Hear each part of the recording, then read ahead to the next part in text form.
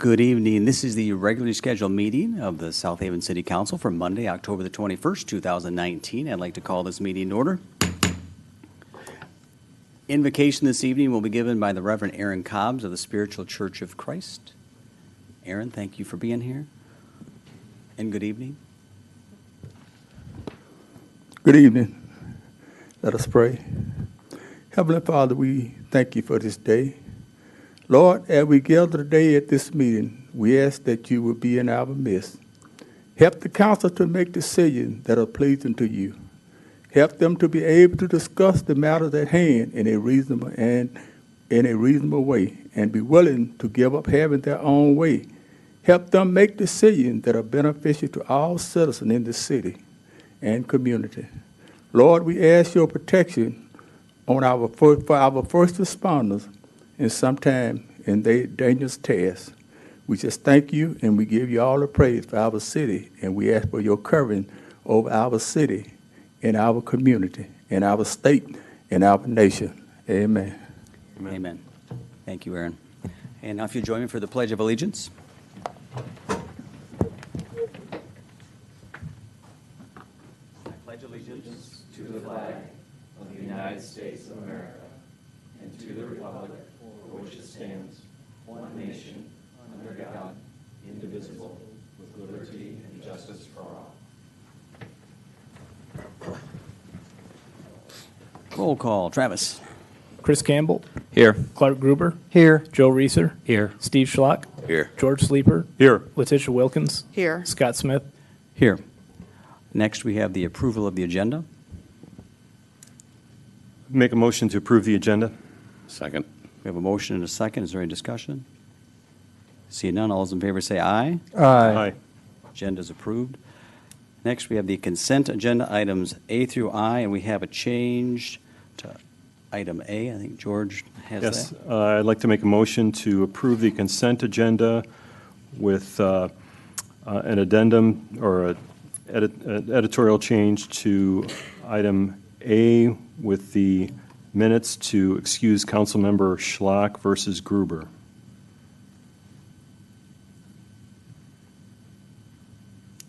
Second. We have a motion and a second. This is a roll call. Campbell. Yes. Gruber. Yes. Reeser. Yes. Schlock. Yes. Sleeper. Yes. Wilkins. Yes. Smith. Yes, that takes us to new business. City Council will be asked to consider a motion to introduce an ordinance to apply the city's park regulations to the South Haven Skate Park, Bear Park, and other similar properties that the city may lease or obtain non-ownership interest in at a later time. And this is just an introduction.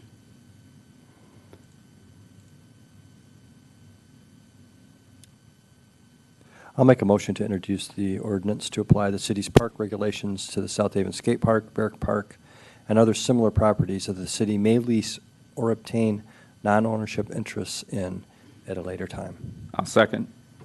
We have a motion and a second. Brian, want to update us? Members of Council, what you're looking at is there's two very clear examples of property that is being leased by the city from other individuals or under the control of an easement that is being treated as park property but technically does not fall within the park system. As we negotiated the perpetual easement agreement with Central Lofts for the reestablishment of Bear Park, we made clear that we would apply the park rules to that property. Well, to do that, we need to amend the ordinance to call out situations like this where we have quasi-city park property, but it's not technically owned by the city. So right now, two examples would be Bear Park and then also the city's skate park. The skate park sits adjacent to the Van Buren County Courthouse. It's on a multi-decade lease agreement through Van Buren County leadership.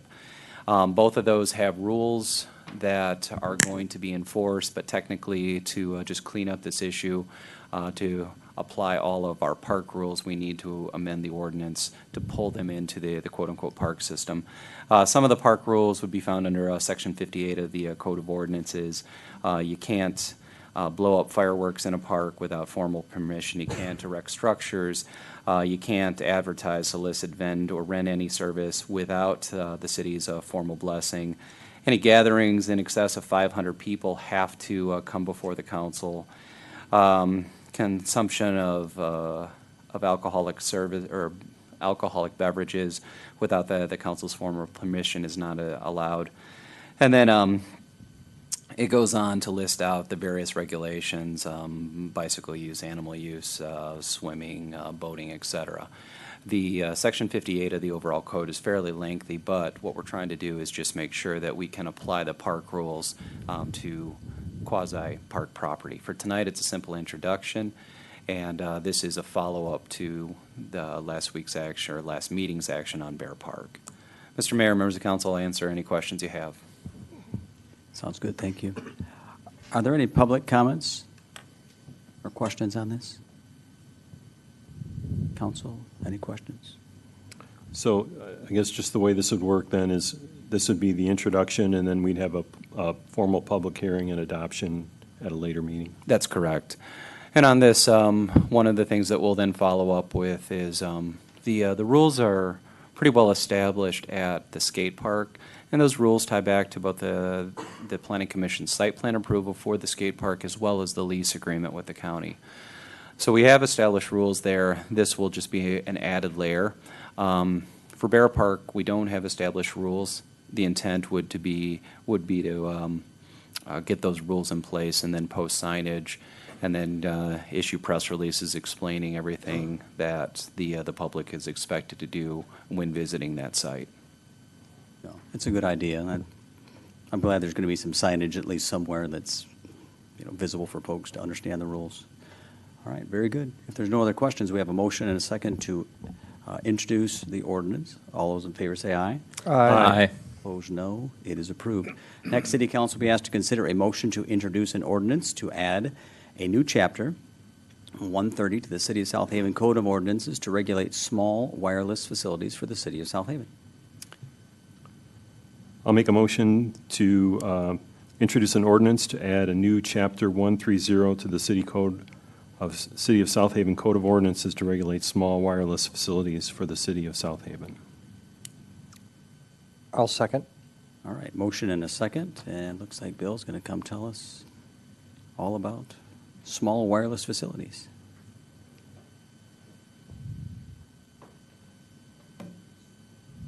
Thank you, Your Honor, City Council.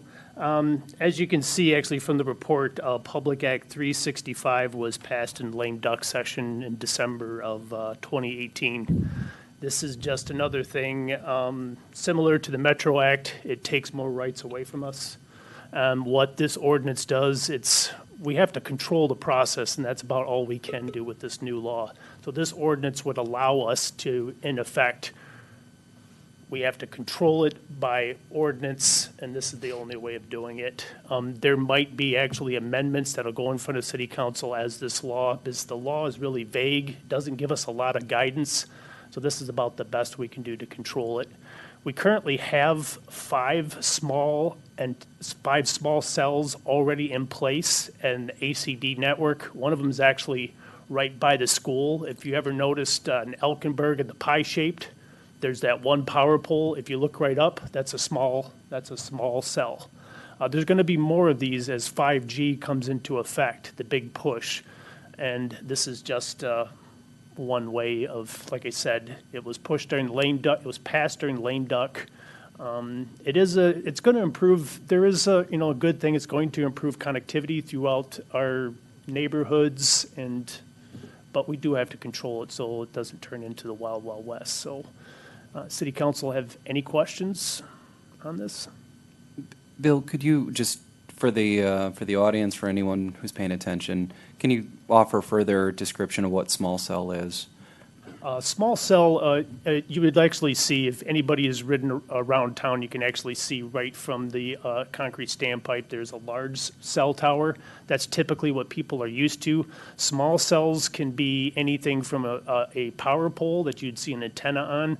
A lot of times in the downtowns, they're using decorative lightings. You can see the companies will come in and mimic the exact lighting that you have, but put a small cell there. It is to improve your 4G and 5G implementation, so that's how they're doing it. And currently, we have one 5G antenna that's going to be going on the Blueberry tank, and that's AT&T. And AT&T does have an application with us to put 5 more antennas. But at the end, we as a city control where they're allowed to be placed. Is that a fair, I mean, to an extent? Yes, through this right-of-way, we would not control, but actually through a process of this ordinance, yes, control what poles they have, what kind of poles, decorative, so on and so forth. So there's not, and also we can tell them, well, you have a pole here, you can't have too many poles close by. Also require them to have certain things set up, safety measures, so when people are aerial around the area, that they're not getting bombarded with RF. Unfortunately, this is one that, for the council, you don't have a lot of options. The state law has made clear that this is something that the state of Michigan is endorsing. This is a requirement that local units of government accept that there will be new telecommunication devices being placed in the public right-of-way. If the council says, no, we can't accept this, well, we've tossed out the ordinance which attempts to control and manage the process, and yet the state law will still allow for communication providers to place equipment into the right-of-way. This ordinance, as it's written, is our best effort to try and manage the process. Now, with that said, we've made very clear we can't stop telecommunication companies from coming forward who are desirous of placing this equipment into our right-of-way. We can simply manage it. This was reviewed by our Board of Public Utilities. It was recommended by that board, and it's been actively reviewed by staff and the city's attorney. Sounds good, thank you. Are there any public questions on this? If so, just come on up, state your name and address, and Bob got the expert. Sherman, North Shore Boulevard, or North Shore Drive. I'm confused, you're saying wireless, but you're really talking about cellular networks, correct? So this would be AT&T, Verizon, T-Mobile. You're not talking about wireless networks for your laptops, your tablets, et cetera, correct? That's correct, and there will be a variety of essentially non-name brand providers that will be essentially selling bandwidth to the larger recognizable names. Okay. I'd suggest it would be less confusing if it was referred to as cellular, not wireless, but. Thank you.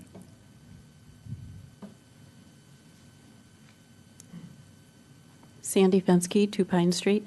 I just want to know, do these companies now, when they mount their equipment, do they pay a rent or some fee or something to the city? Is there an income that we will bring in from this as they do their business? No, that's why the law was changed, actually. That's what we used to have years ago. We used to have fees and stuff, but we no longer can charge that. That stopped with the Metro Act, and this is actually another step stronger than the Metro Act. Very good. All right, see no there's any council comments? Sounds like it's a must-do, so none. All right, we have a motion and a second to, again, introduce the ordinance. All those in favor say aye. Aye. Opposed, no. It is approved. Thank you. Thanks, Bill. And then next, we have the City Council will receive an update regarding the planned special meeting session to take place on Monday, November the 11th, 2019 at 7 p.m. at the South Haven Public Schools Integrated Learning Center. Members of council, no action is needed on this. Simply just plug it into your calendars. 11/11 at 7 p.m. So November 11th at 7 p.m. at South Haven High School's Integrated Learning Center, the second special meeting between the city, the Housing Commission, and South Haven Charter Township will occur. Ryan Kilpatrick from Housing Next has information that he and his team have assembled. They'll be presenting concepts for the reuse of the Overton site. They'll also be suggesting possible changes to zoning, changes to the way that the township approaches their land management, and then finally, they'll be laying out some draft budget on if this city were wishing to move forward with the redevelopment of the Overton site, specifically to do some type of housing project. They'll show you estimated what it would cost and how it could be financed. So this should be a really good session. I would encourage all of you to attend. I've met with 2 separate landowners today trying to get them to come to the session. So no action is needed other than we'll be putting it out to the media, posting it onto the city's webpage, and just reminding people 11/11 is the next forum we'll talk about affordable housing. Very good, thank you. Yeah, it's very, very good, informative. Come listen, come participate. It's the beginning of a process, so participate. So we are now at the time when citizens in the audience will be heard on items not on the agenda. Do we have any comment cards filled out? Do we have any out there? Just looking at the numbers, I'm thinking we should. We did not put have any them out? out tonight. It's all right, well, we'll just keep track. Help me with eyeballs. All right, so if anyone would like to make a comment, just want to kind of raise your hand, I'll kind of point you up. State your name, address, you'll have 5 minutes, and then we will shoo you out. Good evening. Fred Meyer, 144 Dunkley. Just three quick things. I got my absentee ballot, and I voted today. And I just want everybody to know the proposal one's very confusing. Normally, when you vote for something, if you're for it, you would vote yes.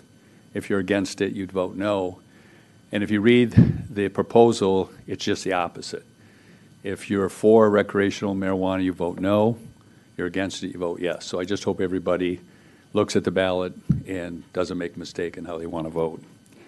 The second thing is I hope council moves forward. I'm not sure where we're at with it, but with New Age Labs, I know you've talked about approving them for being able to test marijuana.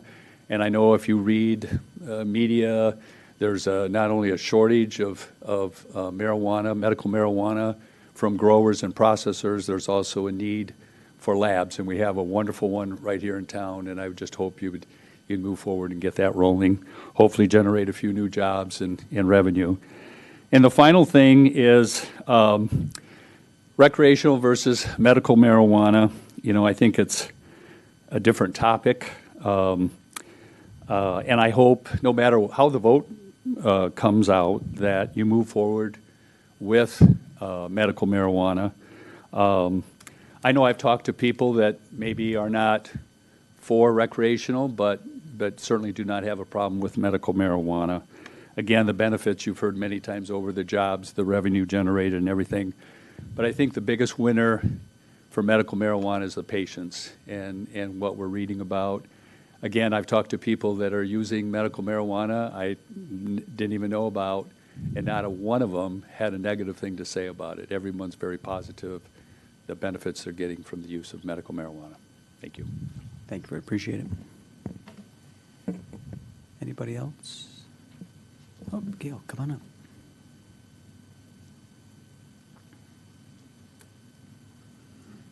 Thank you. Hi, Gail Patterson Gladney, and I'm coming to you from the county. I have some flyers I'll give to you, and I don't know if you remember me talking before about the Campus for Creative Aging. I just want to remind you about this. It is at 2920 Lakeview Avenue in St. Joseph, Michigan, and it's part of the Area Agency on Aging, and they talk about creativity, learning, growth, and purpose. I just want to read a little to you from this flyer, and if anyone's listening at home. The Campus for Creative Aging is a learning community where older adults come together to share, expand, and unlock their capacity for creative expression, lifelong learning, and personal growth, also for living with a purpose. It's a hub for knowledge and connection, and the campus offers programming to explore passions, purposes, and possibilities. I don't have time to go through all of this right now, but I'm open for any questions, and I did share this with Brian. Okay, I just want to mention 10 goals for creative aging, since we have a little extra time. Embrace your later years as rewarding and purposeful. Some of you may be young now, but one day you may be where you need this information. Be open to new ideas about aging and longevity.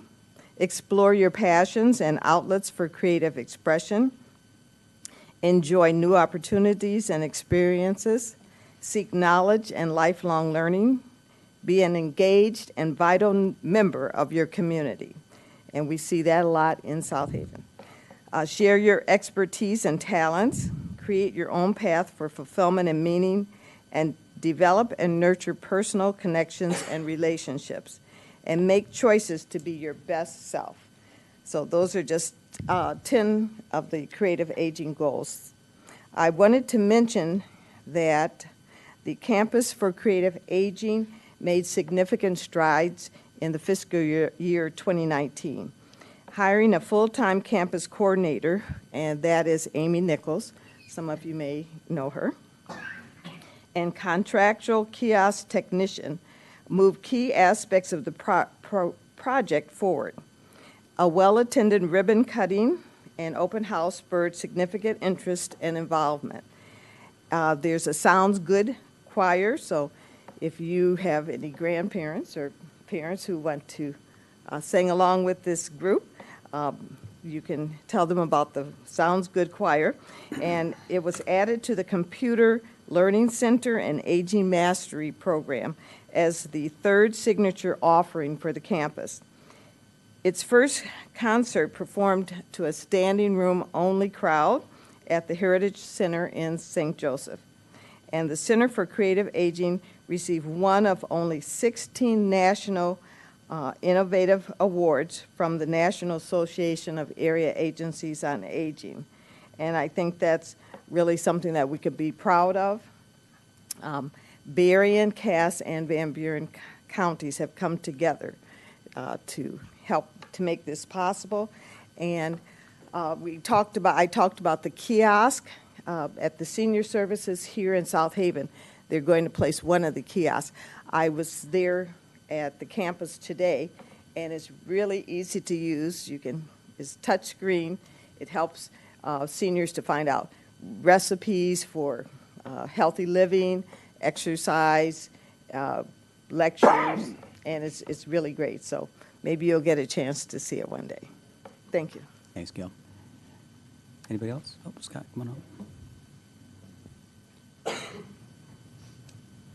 Scott Wall, New Age Laboratories, 160th Veterans Boulevard.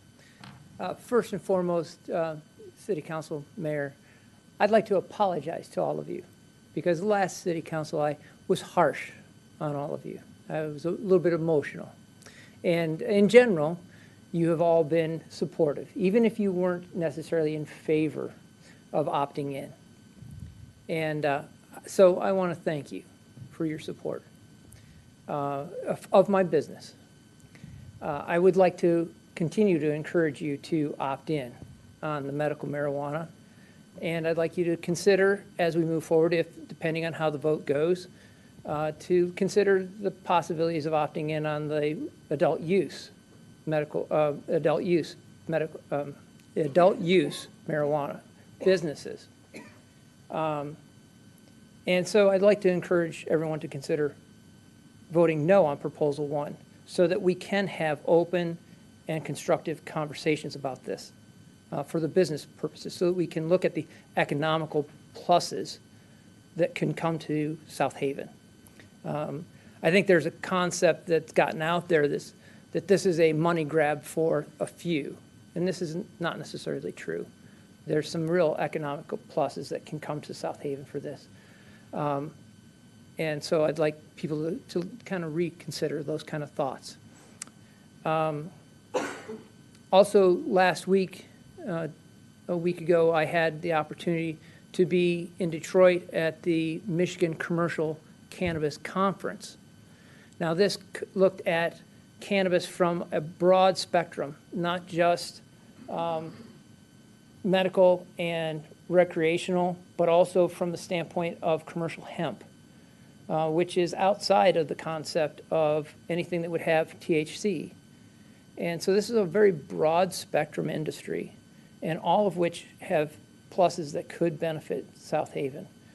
because the hemp industry, which we have 478 growers that were licensed this year in Michigan, 37,000 acres that were planted. This is a sustainable industry that can go into plastics and fiber, renewable fuels, all of which could benefit South Haven. And we need to look at how we present ourselves as a community that is open to new technologies, new avenues. And so those are the types of things that I think not only us, but our citizens need to think about as we go into this vote on the 5th. So thank you very much. Thanks, Scott. Appreciate it. Is there anybody else?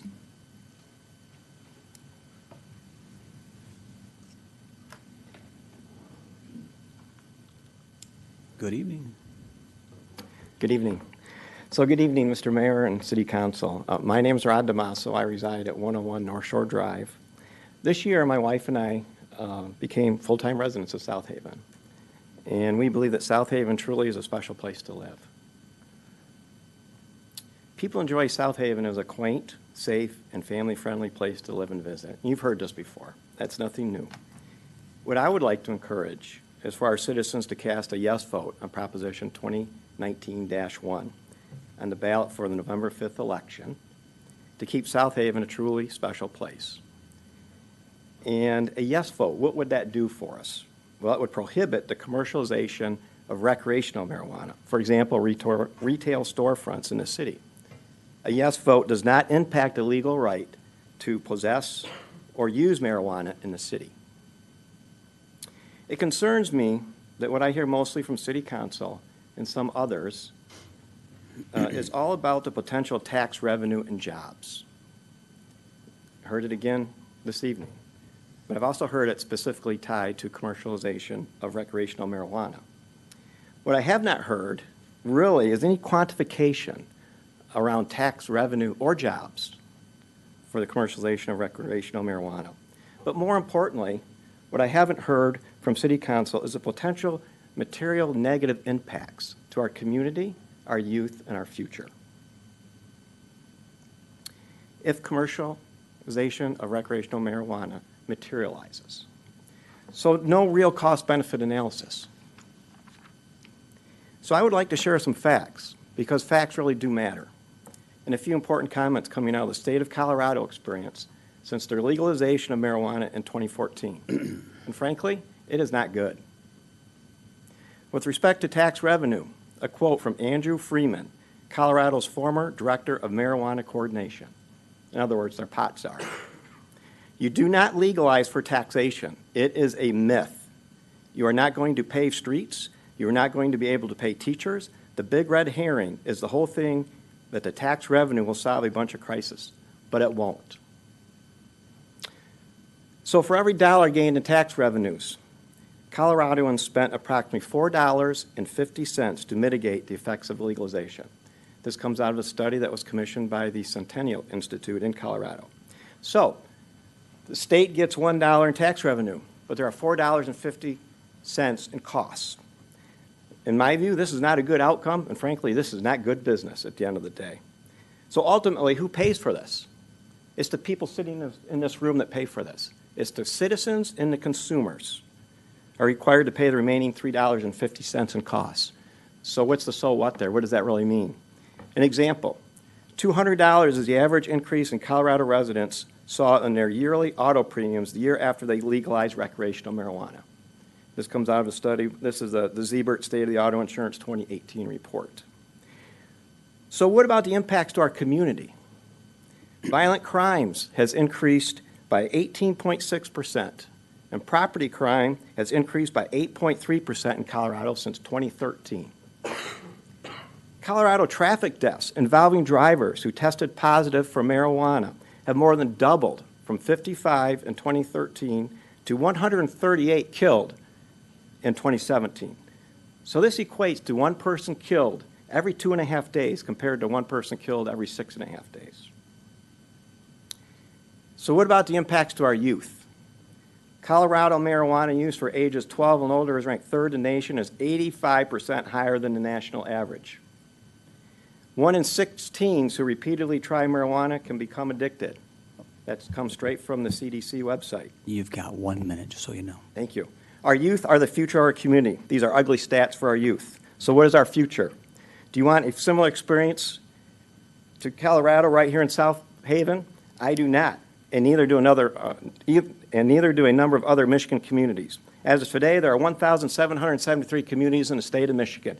1,050 of these communities have banned both recreational marijuana business, or around 60%.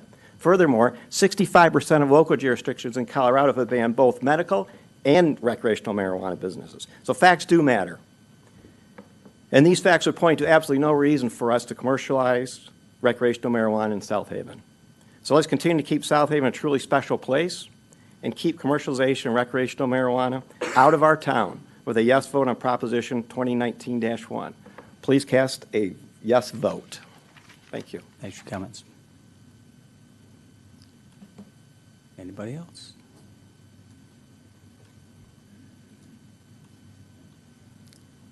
Patrick McKernan, 251 Cherry Court. I'd encourage a no vote. One issue I would consider is that a lot of us believe in free enterprise. That's what the whole point of our country starting out. And we try to encourage that.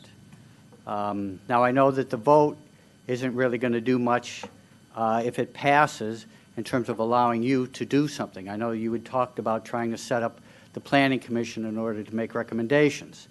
One of the things probably coming out of the recommendations was going to be that you weren't going to have facilities next to schools, next to churches and stuff like this.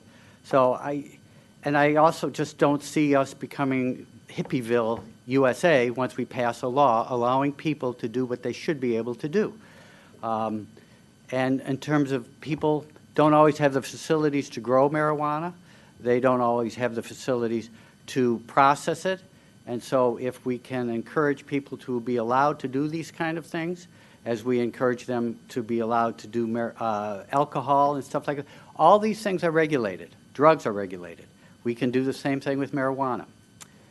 In terms of how people react to it, first, I don't think it's addictive. I've known many people that have been on it, smoked it, had fun with it, and then have quit for many, many years. I know people that are in the medical profession. I know people that are in the lawyer field have been smoking marijuana since, I don't know, they were 16 or 18 or something like that. I'm talking about people that are 50 or 60 years old and are very well respected in their fields. So in thinking that everybody's going to go off the deep end as soon as they start smoking marijuana, I think is a falsehood.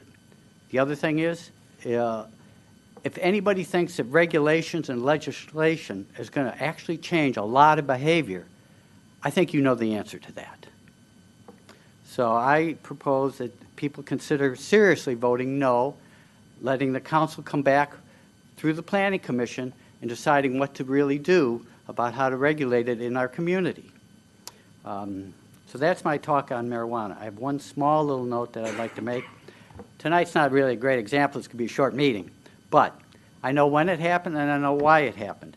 And anytime I've been involved with an organization, whether on a board or being a participant as a public person, that usually public comment comes very early in the meeting so that people who come here don't have to sit here for an hour or two listening to things they really don't have a lot of interest in order to make a couple points. I wish that maybe you would consider moving that up to earlier in a meeting so that people who want to say something can then leave and not have to put up with everything that you say. Thank you very much. Thanks for your comments. Anybody else? Oh, you've already been up. Anybody else that has not been up? All right, seeing none, let's go ahead and move on to our police chief's monthly report.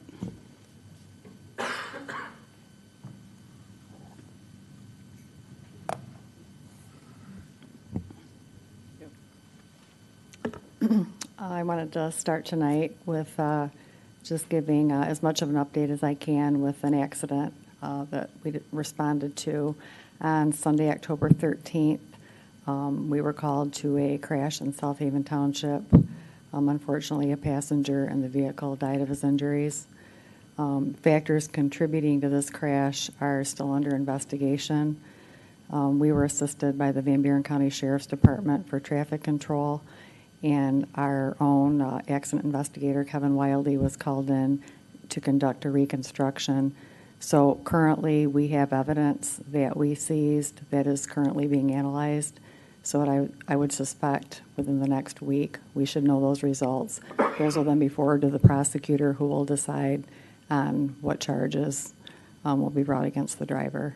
So that is as much as I can say right now, but it was fully investigated, so we're just pending results before we can release more information, but I anticipate that fairly soon.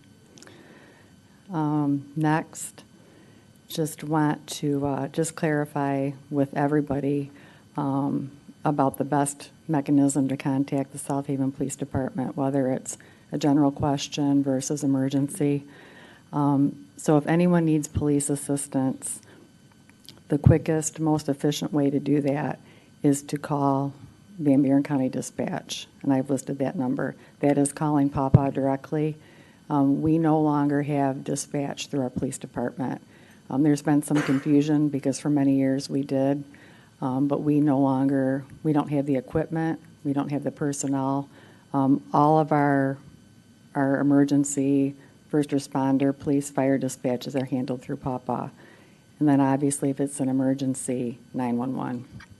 Our information center basically is shared with Shays, the Department of Public Works, and it is more to handle administrative type of phone calls. That is the 637-5151 number.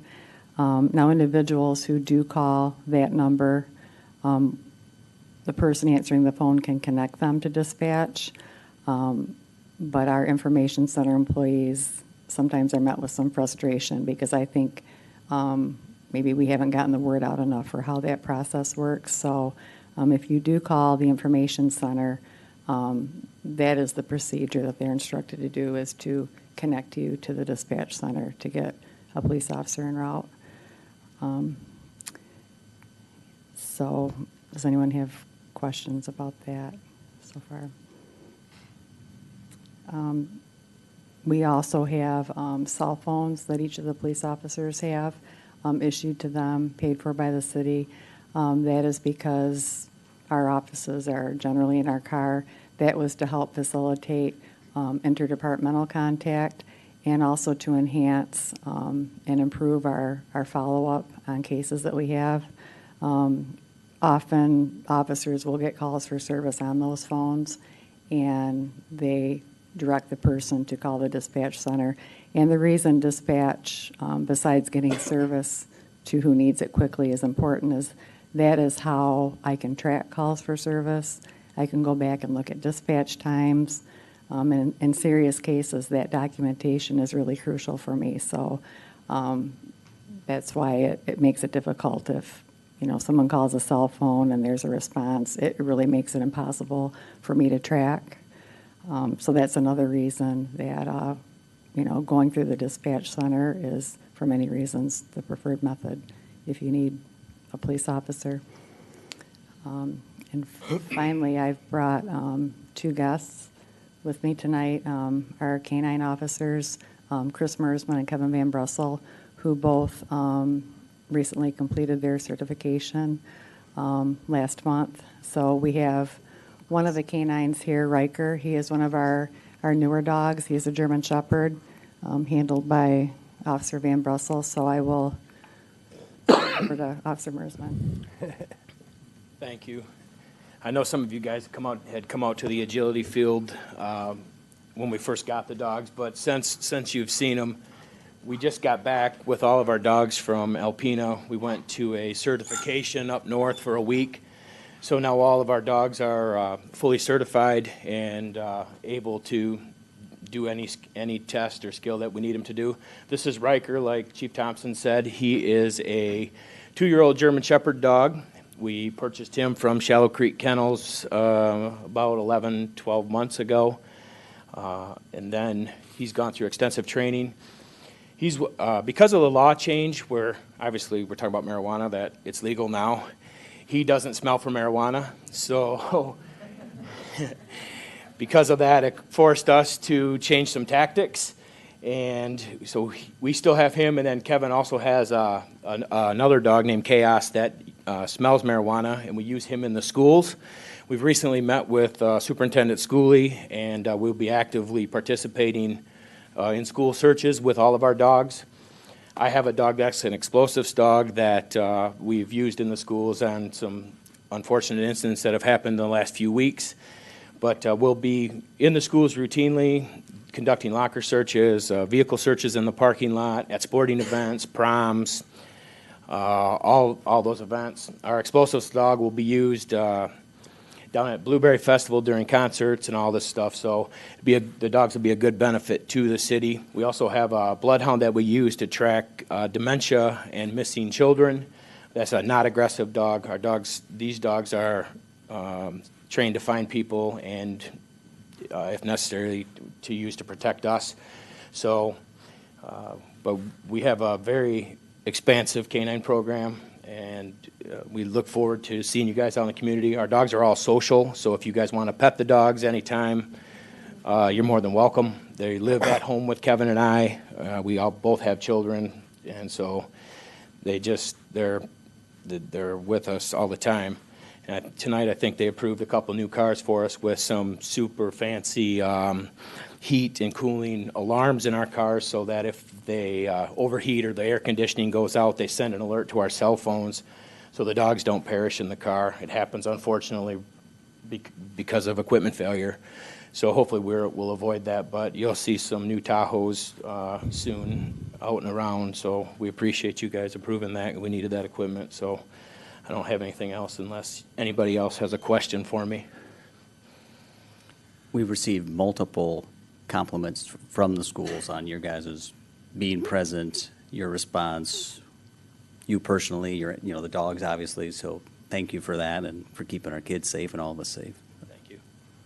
Members of council, I think I've mentioned this before, but the mayor and I attended last year, and it's an event at Lincoln Elementary where he and I were queued up to give a talk on civics, and Officer Mersman and a K-9 attended also with us. We were not in any way the popular choice for kids. Yeah, we were gone.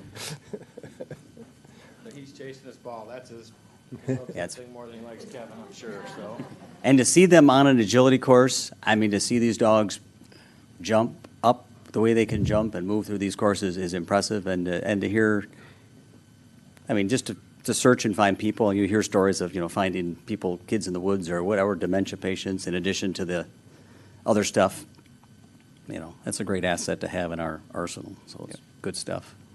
So thank you for your continued service. All right. Miss Natalie's had enough of us. Thanks, Natalie. Appreciate it. All right, city manager comments. Members of council, I'm going to ask Kate Hosier, the assistant city manager, harbor master, and many other hats does she wear. Kate has been working with our local development finance authority on a video project which is intended to show prospective companies who are thinking about South Haven just a little bit more information about South Haven. With that, I will hush up and let Kate walk you through her project. Sure. Well, good evening. The Local Development Finance Authority authorized a video project, basically a commercial for why people should want to relocate to South Haven. It aligns with our housing and our economic development efforts to attract business and attract people who want to be here. So if it's ready to go, we can get started. We have played this for the LDFA. We've fine-tuned this, and this is one of many videos. This is our longer one. It's about 7 or 8 minutes long. There will be 6 more short videos to kind of highlight some things in our community. And some of the businesses that are here. We're trying to show what can be done here, what kind of businesses are here. And you're also trying to show the community, because a lot of people move here and they're thinking, wow, this is fantastic. So we'll show you the video and get your thoughts on it.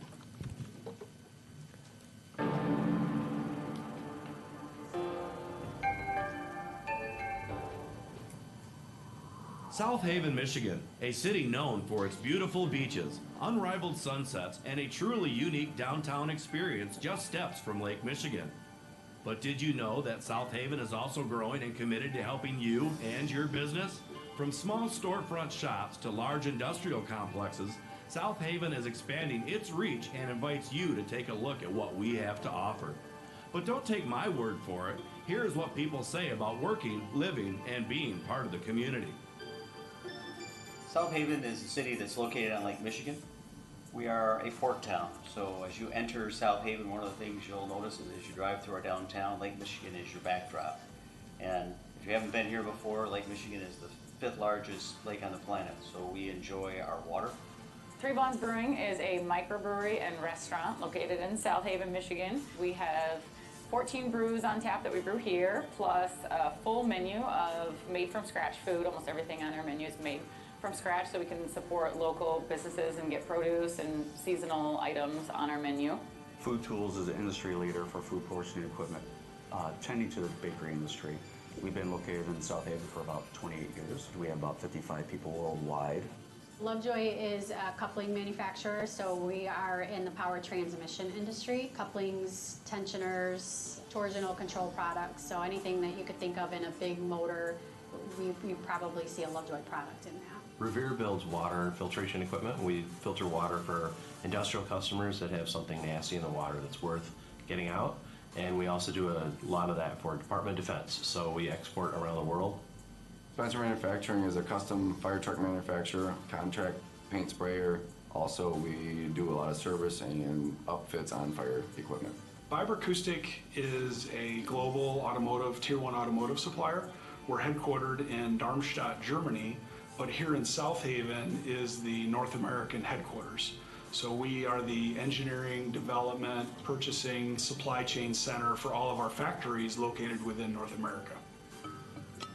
Well, I'm a little bit unique in what I do. I am a chef owner, so I'm very involved in my business. I'm not just a business owner that shows up on occasion. I am here 5 to 6 days a week making sure that everything goes round. And I believe in a quality product and quality service. A quality product and a quality service? This is the very foundation that makes the city of South Haven a one-of-a-kind community. It's not just the city either. The surrounding areas feature some of the most fertile ground in the world for agriculture and food processing centers.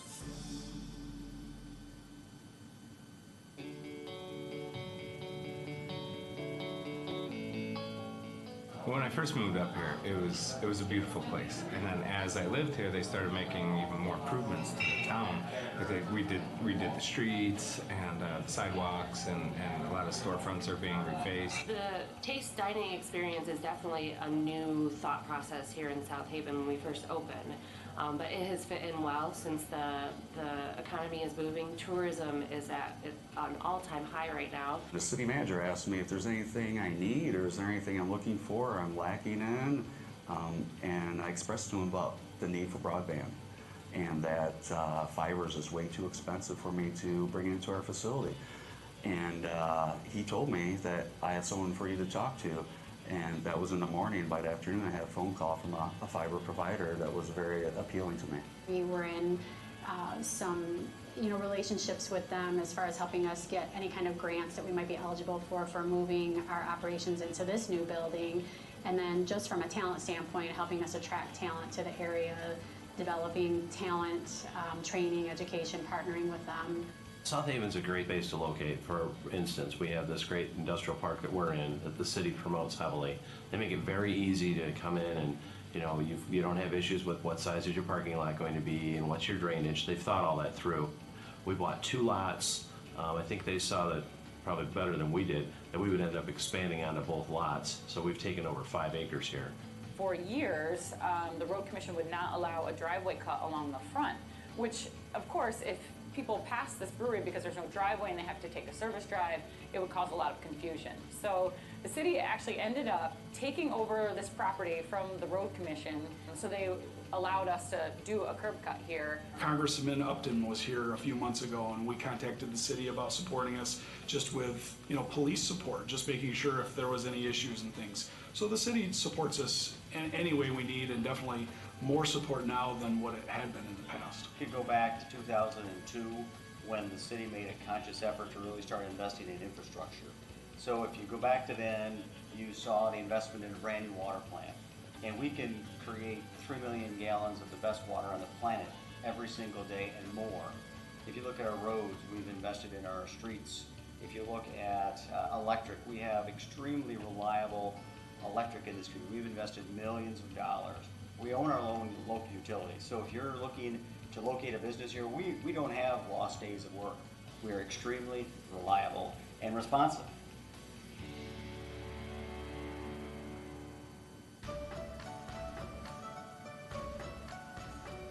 South Haven is not only a great place to have and grow your business, it's a great place to live. Many people who have found South Haven on vacation have turned it into their home and made their lives here. And I think that's an important message is we want to bring in industry, business, it could be somebody just thinking of ideas, incubators, different spaces. We want to be that community that has yes as the attitude. I think that being in South Haven is actually a good position for us. I mean, you know that the headquarters for the automotive industry in the United States is in Detroit, Michigan.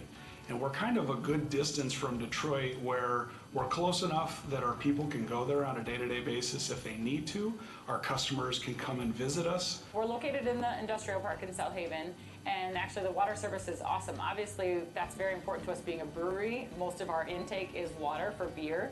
So we had zero issues with our water. We didn't even have to add a reverse osmosis or anything, which a lot of people have to do to get quality water. So we're very fortunate. Transportation from South Haven is a piece of cake. Every trucking company comes by on 196. Got great supply here. Chicago is obviously an intermodal hub, so it's very easy to get containers of equipment in and out of southwestern Michigan, and South Haven is it's very convenient. This multimodal transportation infrastructure allows you to reach 60% of the American and Canadian consumer markets within 24 hours. Not only that, the South Haven Regional Airport also allows even more convenient access to the city and surrounding areas. Not only is the city engaged in its business environment, so is the chamber, but also the area businesses, we support each other. I certainly think that it's a great place to live and work. It's a great place to be in the summer, and even in the wintertime, there's a lot of activities and things for people to do. So we kind of use that as a selling point. It's a great place to raise a family because all of these natural resources are available to us. I mean, the beach is great. The trails that are being developed in the area, there's a couple more going in. It's just, it feels great. I come from a big city where it's all concrete, and to go back to nature, it's kind of a good feeling. We definitely want to look to be a welcoming community that's looking to attract and maintain those businesses in the South Haven area. So many reasons to visit, so many more to stay.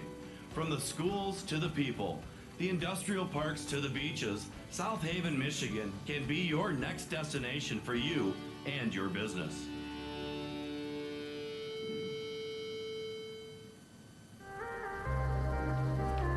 Good job. Go South Haven.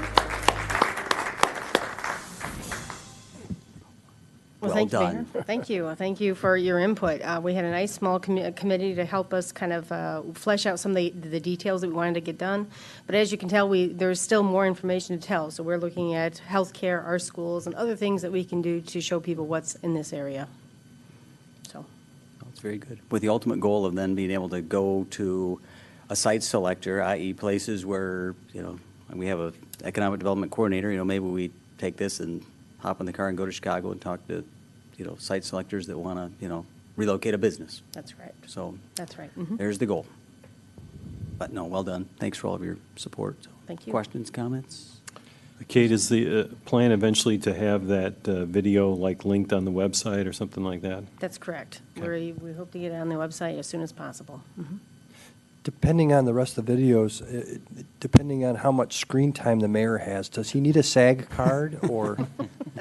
I know, I said, I get to edit me out. Put you in there. No, it's very good. All right. Anything else? Well done. Thank you. Anything else? No, sir. All right. Council comments. Mr. Reeser. I don't have any comments, thanks. I just want to thank the city and staff for their response to the high winds and the water and all the commotion that happened last week, so appreciate that. Prayers to the Finch family. Great family, going through a tough time, so. Well stated. Just want to double check on trick or treat times. Come back to me. All right. And as the mayor looking that up, and I need to apologize again to the Second Ward. I tried to get the Phoenix Street candy distribution tax relief ordinance through, and it didn't happen again. If you've ever been in South Haven and been on Phoenix Street at Halloween, I spent thousands of dollars on candy over the years to take care of people. So it's kind of a treat to see the number of kids who come through. And we had years when the weather was good, like 300 or 400 kids go by, and it's pretty amazing. We're going to get that time, and of course it'll be in the newspapers and it'll be on the website, so it'll be out there. 5:30 to 7:30 on the 31st. 5:30 to 7:30. So at 5:15, they will start knocking at your door. At 7:30, you got to turn your lights off because it'll just keep coming and coming. So good luck to you all. And encourage everyone to get out to vote. If you're not going to be here, look at your schedule. I figured out I was going to be out of town. Getting an absentee ballot here in City Hall is very, very easy. Travis turns it around really quickly once you get your app in, and the ballot is pretty small. and so it's easy to do, so I just encourage everybody, if you're not going to be here, by all means, get yourself an absentee. That's it. Just bring attention to the flood warnings, not the watches, the flood warnings that are out for about the next 30 hours and the high winds in town. There's going to be more water damage and flooding, so just be aware of that. Thank you. No comment. Yeah, very good. I will just ditto thank you to the city workers. Police, everybody. It's been messy the last couple weeks here, and my lights have stayed on every single day, which is remarkable. I was on the phone with the city manager this afternoon driving home, and to walk my dog for lunch at whatever time it was, I said, hey, I looked to the right. Hey, there's a tree covering Monroe Boulevard. 10 minutes later, I headed back to work, and it was getting cleaned up. So our city manager is very good at multitasking, so thanks, Brian, and staff for getting it knocked out. Haven Harvest, if people got out to enjoy it, was a success, unlike last year where they had a little breeze blow through and wiped it out and had the power gone. So kudos to everybody that helped pull that off. That's a lot of work, and well done. Also, Boo on Your Bike. Oh, and Boo on Your Bike, that's true. Also say that. Very good. So yeah, overall just very successful. I want to thank everybody for coming out. And just to show the power of the lake, have everyone seen the tree that was deposited on the pier? That's a full-size tree, folks. I mean, if you're curious to want to see the power of the lake, I don't know if it got moved today or not, but there's a large tree on the pier. So anyway, be safe out there. There's your message. Be safe, and again, thanks to all for coming tonight, and I'll seek a motion to adjourn. I'll make a motion to adjourn. I'll second. Motion to second to adjourn. All those in favor say aye. Aye. We are adjourned. Thanks all for coming.